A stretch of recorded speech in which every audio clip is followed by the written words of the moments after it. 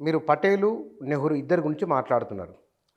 హైదరాబాదు స్వతంత్రోద్యమ చరిత్ర వెల్దుర్తి మాణిక్యాలరావు రాసిన గ్రంథంలో మీరు చెప్పిన ఈ హింసా ప్రస్తావనలన్నీ ఎందుకు రాస్తారు? వాళ్ళు జాయిన్ ఇండియా ప్రోగ్రాంలో భాగం కదా.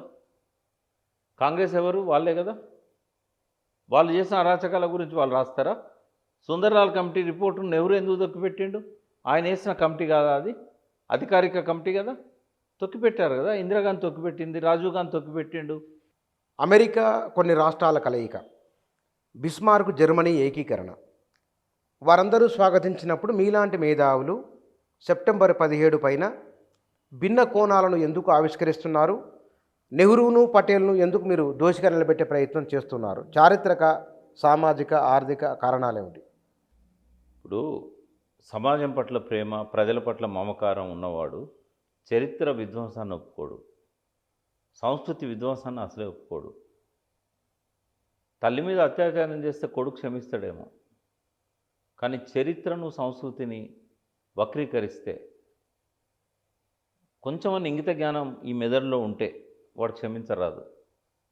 తరతరాలుగా మనం కూడబెట్టుకున్న ఆస్తి అది చరిత్ర, సంస్కృతి. చరిత్రను తెలుసుకోలేని వాడు భవిష్యత్తును నిర్మించలేడు. చరిత్రను దాచిపెట్టేవాడు, చరిత్రను వక్రీకరించేవాడు, వాడు చారిత్రక ద్రోహి అవుతాడు తప్ప వాడు తర్వాత ఎన్ని మంచి పనులు చేసినా వాడిని క్షమించరు జనం.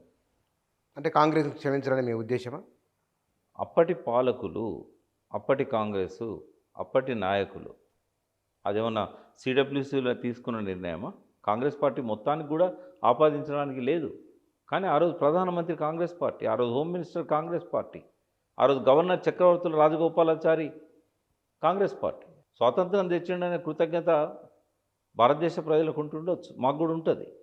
కానీ తెలంగాణలో జరిగిన అన్యాయాన్ని దాన్ని వెలుగులో కొట్టివేయడానికి మేము సిద్ధంగా లేము. ఏం చేయాలి? చరిత్రను చరిత్రలా చూడాలి. నేను ఇప్పుడేమి హైదరాబాద్ సంస్థానాన్ని సెక్యూరిటీ కౌన్సిల్లో పిటిషన్ ఉంది కాబట్టి దాన్ని విచారించి మాకు సపరేట్ కంట్రీ ఇవ్వమని నేను అడగట్లేదు. ఒకసారి డిమాండ్ చేశాను వాస్తవం.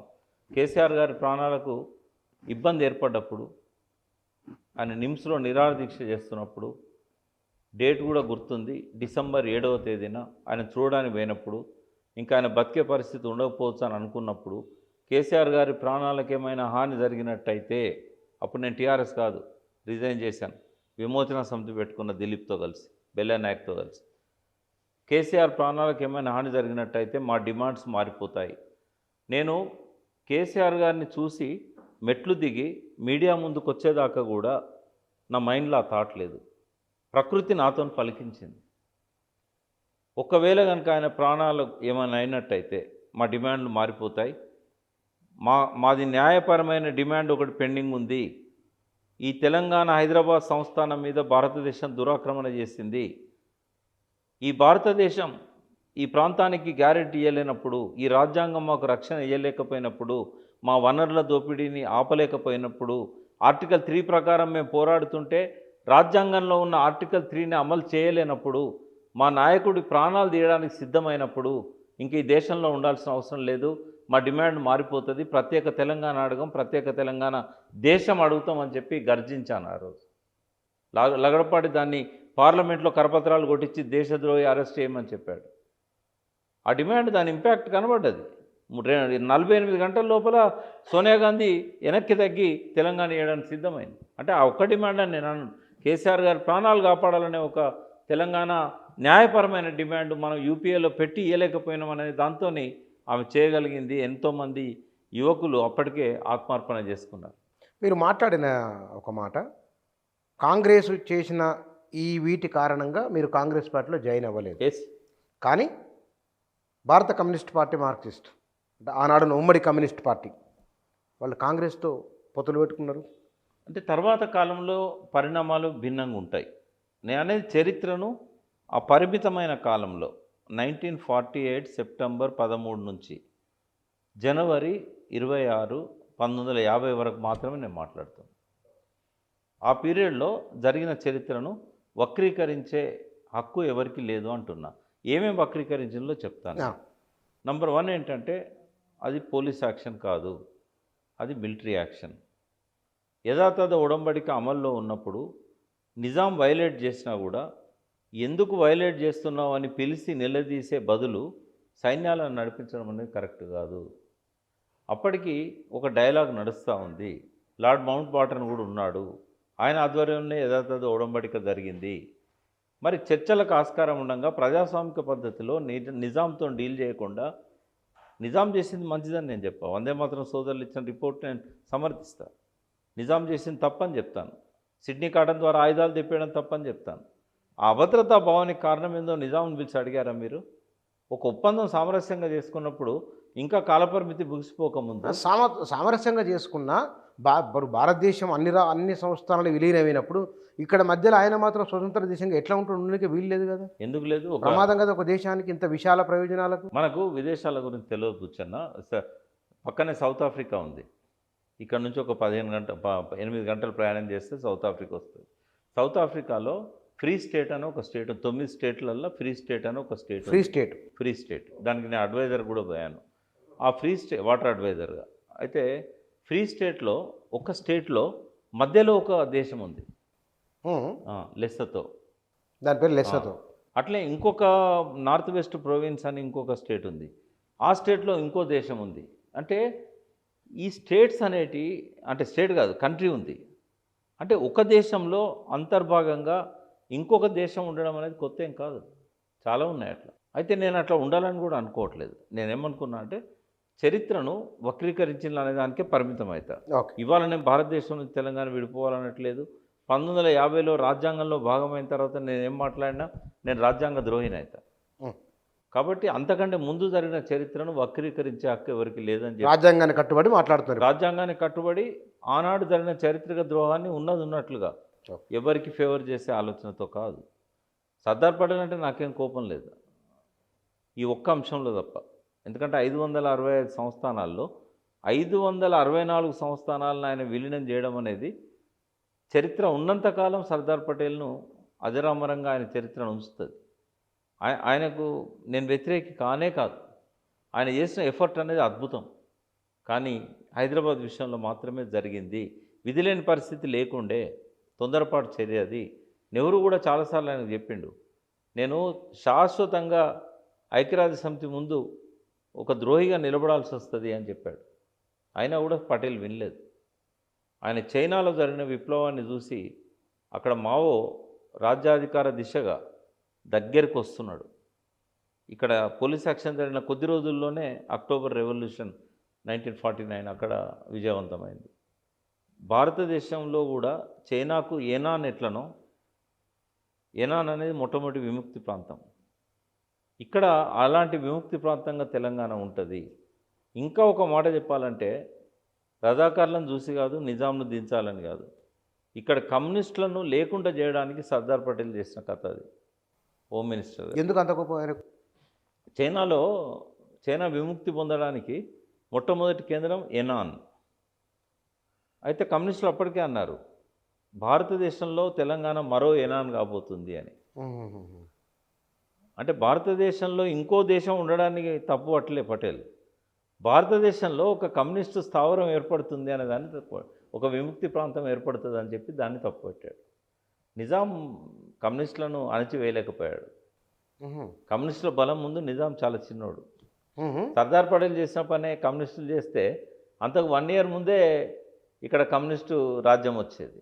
కానీ రాజ్యాధికారం అనేది దేశవ్యాప్తంగా వాళ్ళు తీసుకురావాలనుకున్నారు తప్ప ఒక తెలంగాణలో తీసుకురావాలనుకోలే.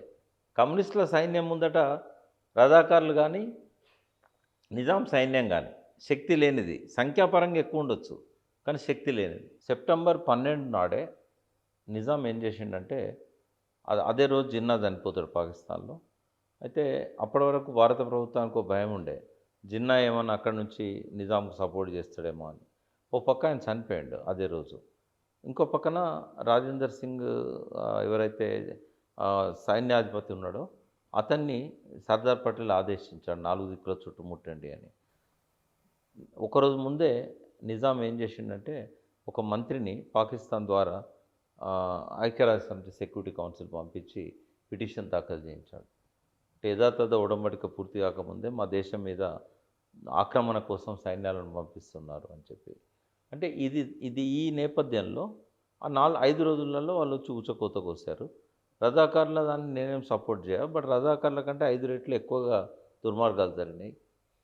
అదంతా చరిత్రలో రికార్డ్ అయింది. ఇప్పుడు నేను కొత్తగా నా నోట్లో నుంచి చెప్తలేను, ఊహించి చెప్పట్లేదు, సుందరయ్య పుస్తకంలోకి వెళ్ళి చెప్పట్లేదు, దేవులపల్లి పుస్తకంలోకి వెళ్ళి చెప్పట్లేదు. వాస్తవంగా జరిగింది చెప్తున్నా. పండిట్ సుందర్లాల్ కమిటీ రిపోర్టు వాళ్ళ జీవితకాలంలో చూడలేదు వాళ్ళు.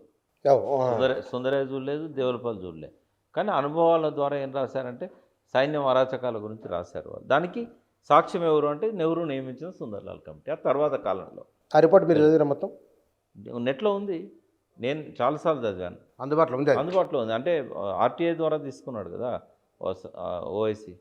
మీరు కెప్టెన్ పాండురంగారెడ్డి గారిని అడిగినా కూడా చెప్తాడు. కానీ ఇక్కడ ఆయనకు కూడా దాని మీద కమాండ్ ఉంది. ఇక్కడ ఒక మాట, ఐక్యరాజ్య సమితిలో విచారణ ఉన్నప్పుడు చాలా దేశాలు మనకు సపోర్ట్కి వచ్చినాయి. ఈ దురాక్రమణ దీని మీద చర్చ జరగాలి అని వరుసగా జరిగినాయి. సెక్యూరిటీ కౌన్సిల్లో 16, 17, 18, 20 ఈ తేదీలలో వరుసగా చర్చ జరిగింది. అయితే నిజాం సరెండర్ అయిన తర్వాత, అంటే సరెండర్ ఎందుకంటే ఇక గత్యంతరం లేక వాళ్ళు ఏమన్నారంటే హైదరాబాద్ ప్రజల్ని కూడా ఊచకోత కోయాల్సి వస్తుంది ముస్లింలను అని చెప్పి ఒక హెచ్చరిక చేశారు. ఓ పక్కన ముస్లింలను కాపాడే బాధ్యత నిజాం మీద ఉంది. ఆ వచ్చిన వాళ్ళు ముస్లిం అప్పుడంతా హిందువులు కూడా టోపీ పెట్టుకొని గడ్డాలు పెంచుకునేవాళ్ళు, షేర్వాణీలు వేసేవారు. ఎవడు ముస్లిమో ఎవరిందో ఏం తెలుస్తుంది. కాబట్టి ప్రజల రక్షణ కోసం తను సరెండర్ అవుతున్నట్టుగా అంతకుముందు రోజు ఆ మున్షితో మాట్లాడిన చర్చల కంటిన్యూయేషన్లో భాగంగా ఒక నమ్మకాన్ని నిజాం నెహ్రూ మీద పెట్టాడు. పెట్టిన తర్వాత సెప్టెంబర్ 17 నాడు 5 గంటలకు రేడియోలో అనౌన్స్ చేశాడు. దక్కన్ రేడియో, ఆ రోజు నిజాం రేడియో, అది సరెండర్ అవుతున్నట్టుగా ఆ మంత్రిమండలి అంతా కూడా రాజీనామా చేస్తున్నట్టుగా నెహ్రూ అనౌన్స్ చేశాడు. లాయక్ అలీ రాజీనామా చేశాడు. అయితే ఆ 18 రోజు జయంతనాథ్ చౌదరికి ఆ మిలిటరీ పాలన బాధ్యతలు అప్పచెప్తారు. అప్పచెప్పిన తర్వాత పైనుంచి పటేల్ ఆదేశాలు, మీరు అక్కడ సెక్యూరిటీ కౌన్సిల్లో ఇచ్చిన పిటిషన్ను విత్డ్రా చేసుకోండి. సో ఇమ్మీడియట్గా చేసేది ఏం లేదు కదా, నిజాం కబురు చేస్తాడు. అక్కడున్న మంత్రి కూడా విత్డ్రావల్ పిటిషన్ పెడతాడు, ఎవరైతే దాఖలు చేశాడో. సెక్యూరిటీ కౌన్సిల్ ఏమంటుందంటే మీరు దాఖలు చేయడం వరకే మీ బాధ్యత, జరిగిన దాని మీద విచారణ చేసే బాధ్యత మాకుంది, కాబట్టి మీరు విత్డ్రా చేసుకున్నా మేము చేయము, వీళ్ళు కంటిన్యూ ఇట్ అని చెప్పారు. ఆ తర్వాత 2-3 రోజులు చర్చ జరిగిన తర్వాత దాన్ని కోల్డ్ స్టోరేజ్లో పెట్టారు. మధ్యలో తీశారు. అయితే ఇవాళకి కూడా అది కోల్డ్ స్టోరేజ్లోనే ఉంది. ఒకవేళ నెహ్రూ కనుక ఆ పని చేయకపోయి ఉంటే 1956 నవంబర్ 1 నాడు తెలంగాణ సపరేట్గా ఉండేది. తెలంగాణ హైదరాబాద్ స్టేట్ సపరేట్గా ఉండాలి అంటే not only Telangana, Hyderabad state సపరేట్గా ఉండాలని బలంగా కోరుకున్న వ్యక్తి నెహ్రూయే. గంగా జమునా తహజీబ్, భిన్నత్వంలో ఏకత్వం, 3 భాషలు మాట్లాడే ప్రాంతాలు ఒక దగ్గర కలిసి ఉండడం, 3-4 భాషలు ఉర్దూ కలిపితే. కానీ తన మనోభావాలకు వ్యతిరేకంగా, తన నిర్ణయాలకు వ్యతిరేకంగా నెహ్రూను ప్రభావితం చేసింది అప్పుడు హోమ్ సెక్రటరీ. ఎందుకంటే సెక్యూరిటీ కౌన్సిల్లో పిటిషన్ ఉంది, విచారణలో ఉంది, దీన్ని మన వాళ్ళు వ్యతిరేకిస్తున్నారు, ఎవరు పాకిస్తాన్ పూర్తిగా దాన్ని పట్టుబడుతున్నది, ఇది కనుక అమలైతే హైదరాబాద్ మళ్ళీ సపరేట్ కంట్రీగా ఆవిర్భవిస్తుంది అన్నప్పుడు దీన్ని నామరూపాలు లేకుండా చేయాల్సిందే, వేరే మార్గం లేదన్నప్పుడు 3 ముక్కలుగా విడగొట్టి 3 ముక్కలను ఫజల్ అలీ కమిషన్ రిపోర్టుకు వ్యతిరేకంగా తెలంగాణను అందుతో కలిపాడు. అంటే అది ఎందుకు జరిగింది అని దాని రూట్స్ ఎక్కడున్నాయని చూసినప్పుడు సెక్యూరిటీ కౌన్సిల్ పిటిషన్. సెక్యూరిటీ కౌన్సిల్లో పిటిషన్ ఎందుకు వేయాల్సి వచ్చింది? ఇదంతా కామన్ ఉన్నది కదా, దీన్ని విడిపోయింది. కాబట్టి తెలంగాణకు జరిగిన ద్రోహానికి 1947లో జరిగింది మూలమైనప్పుడు ఆ చరిత్రలో జరిగిన ద్రోహాన్ని ఎట్లా క్షమిస్తాం తెలంగాణ సోయున్న వ్యక్తిగా?